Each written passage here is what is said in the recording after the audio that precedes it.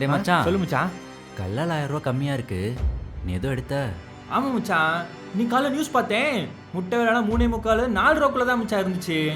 அதான் 1000 ரூபாய்க்கு வாங்கி போட்டேன். டேய், எக்ஸ்ட்ரா முட்டை வாங்கி வச்சு கடையில் வியாபாரம் சரியில்லாமல் போய் வாங்கி வச்ச முட்டையெல்லாம் கெட்டு போயிட்டு என்னடா பண்ணுவ? மச்சான், இதை பற்றி நான் கொஞ்சம் கூட யோசிக்கவே இல்லைடா.